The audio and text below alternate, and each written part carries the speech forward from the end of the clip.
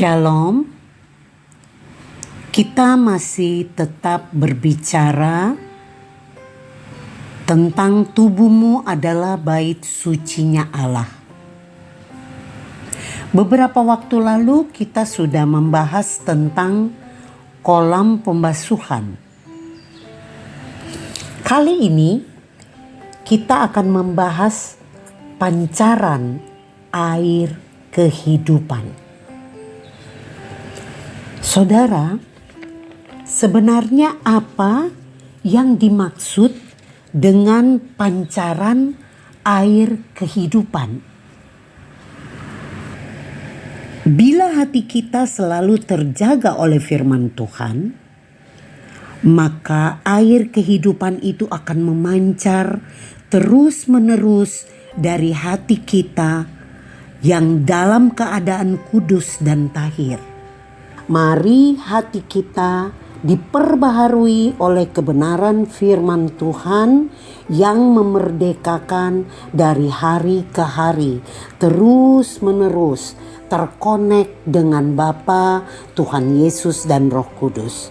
Karena selalu membaca firman Tuhan itu penting. Kita baca firman Tuhan, hati selalu dibasuh dengan firman itu sehingga kita mulai bertumbuh, kita mulai menghasilkan buah dan terpancar air kehidupan itu dari dalam diri kita. Ya, sehingga kita memancarkan terus air kehidupan seperti mata air yang membersihkan hati setiap orang yang kita jumpai. Dan perkataan kita selalu memberikan pengharapan kepada orang lain. Perkataan kita adalah perkataan yang memberkati orang lain. Perkataan yang membuat mereka menjadi kuat. Perkataan yang memberikan pengharapan. Perkataan yang membuat mereka menjadi sembuh dari segala luka batin. Ya, jadi perkataan kita itu memancarkan air kehidupan, memancarkan kuasa Tuhan yang sanggup membasuh setiap hati yang terluka, ya, luka batin seseorang. Dan kita bisa membuat orang lain rindu mengenal Yesus seperti melihat atau terpancar dalam diri kita juga, dan kita dapat memancarkan dan membasuh lingkungan yang lebih luas lagi. Dengan kata lain, hidup kita itu berefek. Kita memancarkan kekuatan firman Tuhan itu dari setiap perkataan kita yang memandikan orang yang ada di sekeliling kita. Kita lihat ayatnya, Yohanes 6 ayat 63. Dikatakan demikian, rohlah yang memberi hidup, daging sama sekali tidak berguna. Perkataan-perkataan yang kukatakan kepadamu adalah roh dan hidup. Jadi, sebagai pengikut Kristus yang sungguh-sungguh bertobat dan percaya kepada Tuhan Yesus satu kali untuk selamanya, kita adalah orang-orang yang telah mendengar perkataan Yesus yang membuat kita dilahirkan kembali dari roh dan kita beroleh hidup yang kekal. Karena perkataan Yesus adalah roh yang memberi hidup. Dan perkataan firman itu adalah kebenaran yang dipimpin oleh Roh Kudus sendiri yang menghidupkan roh kita. Jadi saudara, perkataan Tuhan Yesus adalah firman itu sendiri. Dan ketika firman Tuhan ditaburkan kepada semua orang yang mendengarkannya, maka firman itu akan meresap masuk ke dalam hati dan menjadi aliran-aliran air yang memiliki kekuatan yang besar. Dan Roh Kudus yang ditempatkan dalam diri kita orang percaya itu adalah filter yang akan menyaring firman itu dalam hati kita. Saudara pasti bertanya, bagaimana caranya kita tahu bahwa Roh Kudus memfilter firman di dalam kita?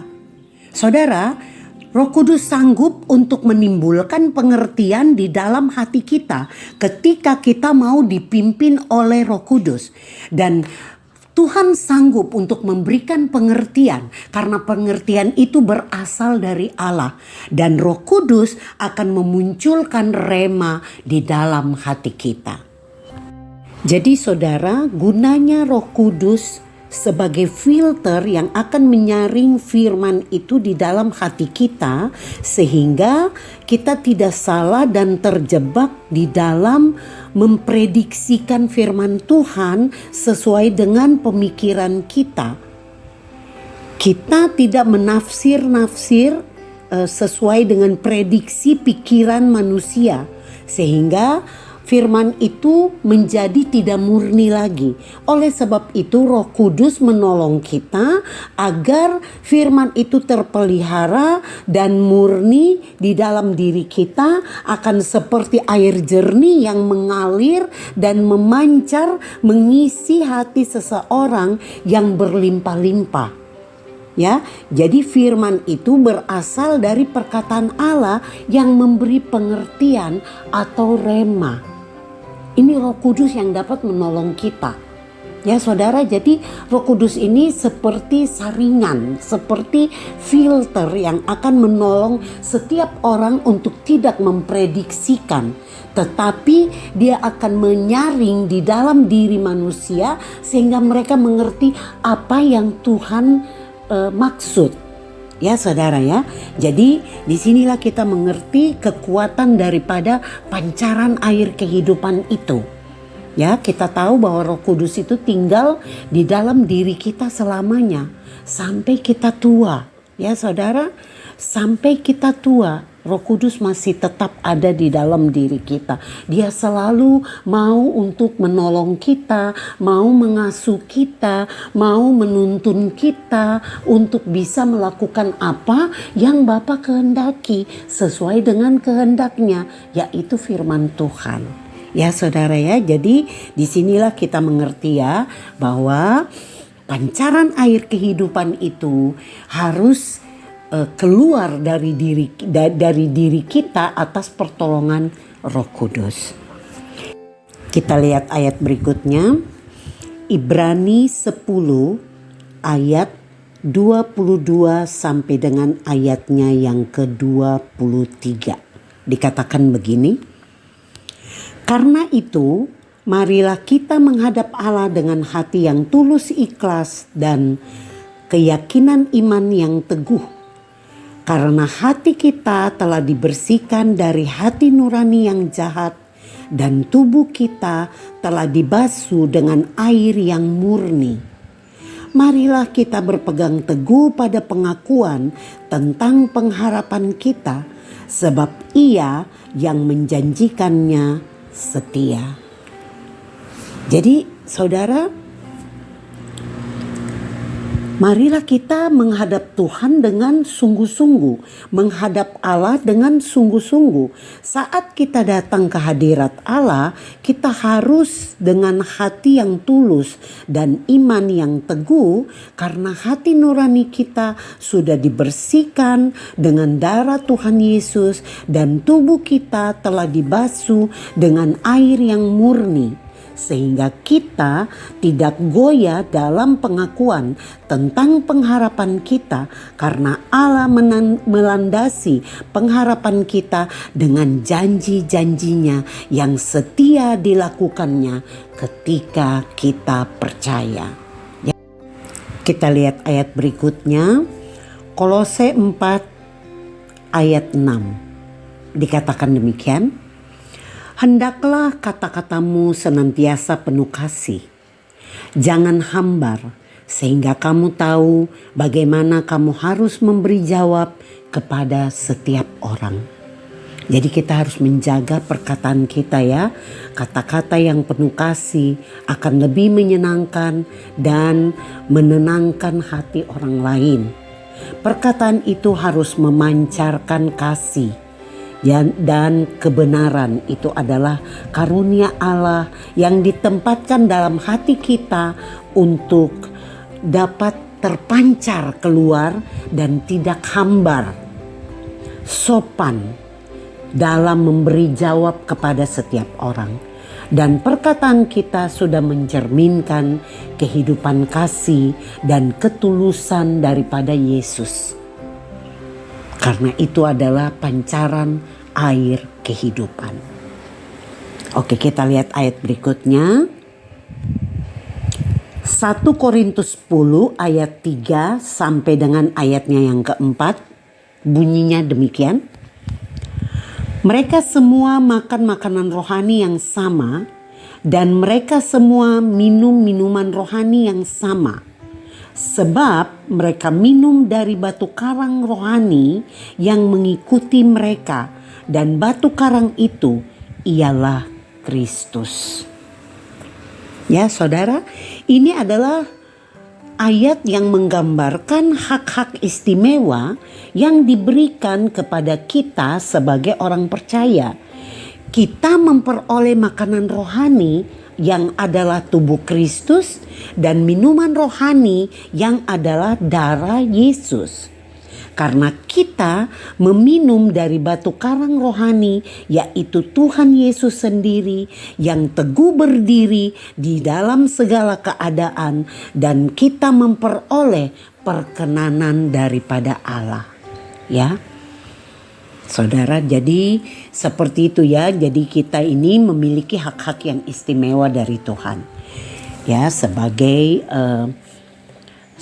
orang percaya yang memperoleh makanan rohani dari tubuh Kristus. Oke, kita lihat ayat berikutnya. Wahyu 22 ayat 17. Dikatakan demikian. Roh dan pengantin perempuan itu berkata, marilah. Siapa yang mendengarnya, hendaklah ia berkata, marilah. Siapa yang haus, hendaklah ia datang.